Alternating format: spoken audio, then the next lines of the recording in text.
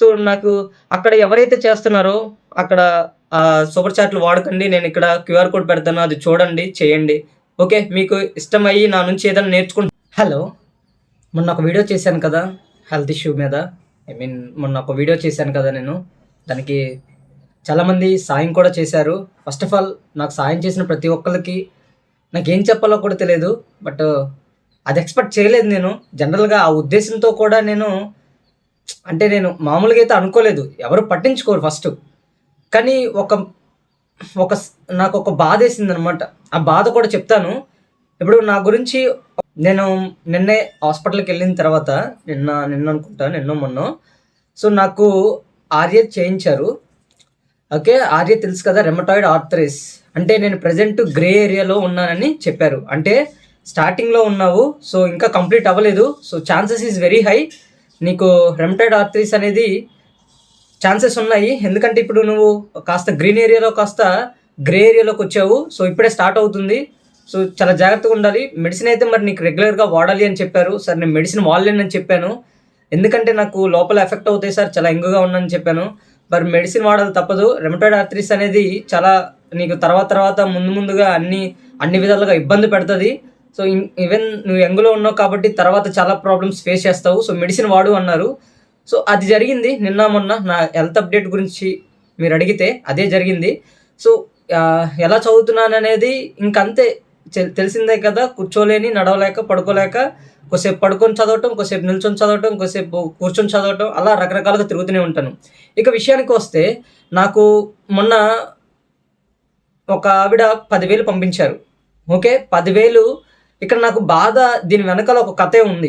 ఈ 10,000 కాదు, ఈ సాయం వెనక కథే ఉంది. ఆ కథ నాకు తెలిసిన తర్వాత నాకు కూడా తెలియదు. నేను చూసిన తర్వాత నాకు బాధేసింది. ఓకేనా. ఫస్ట్ ఎవరెవరు నాకు మనీ సెండ్ చేశారో వాళ్ళందరికీ నేను థాంక్స్ చెప్తున్నాను. ప్రతి ఒక్కళ్ళకి నా పేరున ఎలా సమాధానం చెప్పాలో కూడా తెలియదు. బట్ చిన్న బాధాకరమైన విషయం ఏంటంటే వీటన్నీ చూసిన తర్వాత నాకు అనిపించిందేంటంటే అంటే మనిషికి ఇలా చేస్తారు అనేది కూడా నాకప్పుడు అర్థమైంది. మీకో విషయం తెలుసో తెలీదో నాకు తెలియదు కానీ, ఈ వీడియో అంటే ఈ పాత వీడియో నేనేదైతే మొన్న చేసిన హెల్త్ ఇష్యూ వీడియో ఆల్మోస్ట్ నా ఫ్రెండ్స్ అందరూ చూసే ఉంటారు. ఎందుకంటే నేను చెప్పుకోలేదు. వాళ్ళకి ఆటోమేటిక్‌గా రికమెండ్ అవుద్ది. ఎందుకంటే నా పాత ఛానల్ ద్వారా వాళ్ళకి తెలుసు. సో, కనీసం వాళ్ళు ఎలా ఉంది ఏంటి అనేది కూడా అడగని పరిస్థితి ఉంది వాళ్ళకి. అలాంటిది నేనెవరో ముక్కు మొఖం తెలియకుండా నాకే కాదు కదా! బాధలు ప్రతి ఒక్కళ్ళకి ఉంటాయి. ఓకేనా. ఇప్పుడు నేను బయటికి యూట్యూబ్‌లో వచ్చి చెప్పగలిగాను. అది మీకు తెలిసింది. కానీ నాలాంటోళ్ళు ఎంతోమందున్నారు. కానీ ఇక్కడ విషయం ఏంటంటే ఒకడి బాధ అర్థం చేసుకొని ఒక స్ట్రేంజర్ ముక్కు మొఖం తెలియని వాళ్ళకి ఒక రూపాయి మీరు ఇవ్వటం అనేది నాకు ఆశ్చర్యం కలిగించింది. అంటే నేను ఒక యూట్యూబ్‌లో ఉండి నన్ను ఫేస్ రియల్‌గా చూడలేదు. అలా అంటే రియల్‌గా అంటే నన్ను బయట ఎక్కడ చూడలేదు. అలాంటిది నన్ను నమ్మి నా పరిస్థితి అర్థం చేసుకొని నాకు హెల్ప్ చేసినందుకు నాకు మాటలు చాలా తక్కువ అనిపించినాయనమాట ప్రతి ఒక్కళ్ళకి.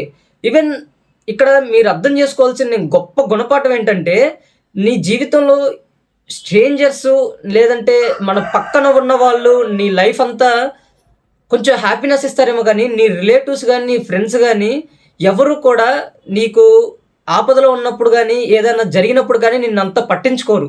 ఇదే నేను గొప్పగా తెలుసుకుందేంటంటే ఫ్రెండ్సు తోటకూరని జీవితం నాశనం చేసుకోకండి. Health important. అలాంగ్ విత్ నీ హెల్త్‌తో పాటు నీ కైండ్‌నెస్ ఇవన్నీ పెంచుకుంటూ పోండి తప్ప, కానీ ఈ ఫ్రెండ్సు ఈళ్ళు ఎవరు నిజంగా చెప్తున్నాను. ఎవరు కనీసం రారు. హెల్ప్ చేయరు. హెల్ప్ కాదు. నీకు కనీసం మాట కూడా అడగరు. ఎంతోమంది ఇప్పుడు నా ఫ్రెండ్స్ ఎంతోమంది చూసారు. కనీసం ఒక్కళ్ళు కూడా వచ్చి ఇది అని ఏంటి అని కూడా అడగలేదు. నీకు ఏ ఏ పరిస్థితిలో ఉన్నా కానీ నీకు రేరెస్ట్‌గా నీ ఫ్రెండ్సు నీ చుట్టుపక్కల నీకు తెలిసినోళ్ళు వచ్చి సాయం చేస్తారు. రేరు. కానీ నీకెవరైతే తెలియదో నీ సిట్యుయేషన్ అర్థం చేసుకొని అదే బాధని, అదే ఎంపతి, అదే కంపాషన్‌తో ఉన్నోళ్ళు మాత్రం ఖచ్చితంగా వచ్చి ఆ స్ట్రేంజర్సే మెయిన్ స్ట్రేంజర్సు. అసలు నేను అందుకే అంటుంటాను నాకెప్పుడు ఫ్రెండ్స్ అయ్యేది స్ట్రేంజర్సు. వాళ్ళ నంబర్‌లు తీసుకొని అప్పుడప్పుడు వాళ్ళతో మాట్లాడుతుంటాను కూడా. ఎందుకంటే ఈళ్ళుంటారు చూసావా వీళ్ళంతా దొంగలు. అంటే ఒక అవసరానికి తప్ప దేనికి మనకి చేయరనమాట. ఏ విధంగా హెల్ప్ చేయరు. హెల్ప్ కాదు అసలు హెల్ప్ గురించి పక్కా పెట్టు. మనిషి అంటే ఒక టైంలో మనకి హెల్త్ ఇదైపోయినప్పుడు, ఆ టైంలో మనకి ఒక ధైర్యం కావాలనిపిస్తది. అంటే అది కావాలని కోరుకోరు. ఆ టైంలో సడన్గా మన సోషలైజ్ అయ్యే యానిమల్స్ కదా. సో ఆటోమేటిక్గా మనం ఇంత సొసైటీలో బతుకుతున్నప్పుడు మనకు ఆటోమేటిక్గా అంటే హ్యూమన్స్ కదా, పక్కన వాళ్ళ ఇంటరాక్షన్ మనకు వచ్చి అది కూడా ఒక ఎంపతి సింపతి అది సారీ ఎంపతి అండ్ కంపాషన్స్ వస్తే మనకి లైఫ్ హీల్ అవడానికి అవకాశం ఉంటుంది. అలాంటిది మనం అనుకున్న వాళ్ళే ఎవరైతే అనుకుంటారో మన వాళ్ళు అనుకుంటారో వాళ్ళెవరూ మన దగ్గరికి రాకుండా కనీసం ఏమి అడగకుండా ఉంటారు చూసావా, అప్పుడు బాధ అనిపిస్తుంది. కానీ ఎవరైతే మనకు తెలియని వాళ్ళు కూడా వచ్చి మనల్ని జాగ్రత్త అని చెప్తారు చూసావా, వాళ్ళకి నేనేం చెప్పాలో కూడా అర్థం కాదు. అంత గొప్పోళ్ళు అనమాట వాళ్ళు. నాకు ఇదే తెలుసుకుంది నేను గొప్ప సత్యం. ఇంకొకటేంటంటే నన్ను కామెంట్ సెక్షన్‌లో ఎప్పుడు దొబ్బుతుంటారు. "ఎళ్లి చదువుకోరా బాబు, ఎళ్లి చదువుకోరా బాబు. లేదంటే నువ్వు అయన్నీ అయిన తర్వాత చెప్పొచ్చు." నేనెప్పుడూ చెప్పాను. అంటే నాకు సమ్ మనీ కావాలి. నేను కొంతమందికి సాయం చేయాలనుకుంటున్నాను. ఏదో విధంగా హెల్ప్ అవుతుంటాను యూట్యూబ్ ద్వారా. నేను ప్రిపేర్ అవుతున్నాను. నలుగురికి ఉపయోగపడతది. సో, ఈ విధంగా నేను చెప్పుకుంటూ ఎళ్ళాను. సో, ఇప్పుడు ఎవరైతే ఇలా నాకు కామెంట్లు అలా చదువుకో, ఇలా చదువుకో, నువ్వు ఇట్లా అన్నోళ్ళు ఎవడో కనీసం మొన్న జరిగిన నేను నా హెల్త్ ఇష్యూ గురించి చెప్తే కనీసం ఒక కామెంట్ చేయటం కానీ చేయలేదు. అంటే ఒక పక్కనోడి సిట్యుయేషన్ అర్థం చేసుకోకుండా వాడు ఇష్టం వచ్చినట్టు కామెంట్ చేస్తుంటారనమాట. కనీసం వాళ్ళు దరిదాపుల్లో కూడా లేరనమాట ఈ కామెంట్ సెక్షన్‌లో. మీరు ఎవరైతే ఉన్నారో వాళ్ళందరూ. సో, ఇది అర్థమైందా? సో, ఇది గొప్ప సత్యం అనమాట. మనకి ఎవరైతే ఈ బ్యాడ్‌గా ఉన్నా, లేదంటే ఎవరైతే మన దగ్గర చుట్టాలు, లేదంటే ఫ్రెండ్స్ ఈళ్ళందరూ మన చేతిలోకి రారు. మన పరిస్థితి బాగోన్నప్పుడు మనకు కావాల్సిన వాళ్ళు ఎవరంటే స్ట్రేంజర్స్. వాళ్ళే మనకు అన్ని విధాలుగా దాన్ని యూనివర్స్ అంటారు కదా, దేవుడు అంటారు కదా, అన్ని రకాలుగా దేవుడే చూసుకుంటారని చెప్పడానికి నాకు జరిగిన నా ముక్కు మొఖం తెలియకుండా ఒక చేబ్రోలు దీప్తి అంట. సో, ఆవిడ నాకు 10,000 పంపించింది. ఆ 10,000 చూసిన తర్వాత కన్నీళ్ళు ఆగలేదు నాకు. అసలు నాకేంటి అసలు అంటే ఇంత సాయం కూడా చేస్తారా?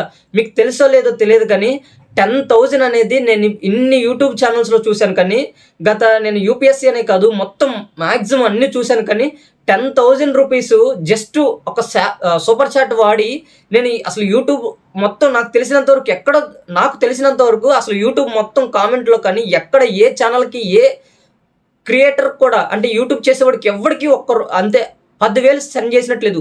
హైయెస్ట్ లిమిట్ 10,000 దాన్ని ఫుల్‌గా ల్యాగ్ చేసి ఆ దేవత మరి నేనేమనాలో కూడా తెలియదు. దీప్తి చేబ్రోల్ అంట.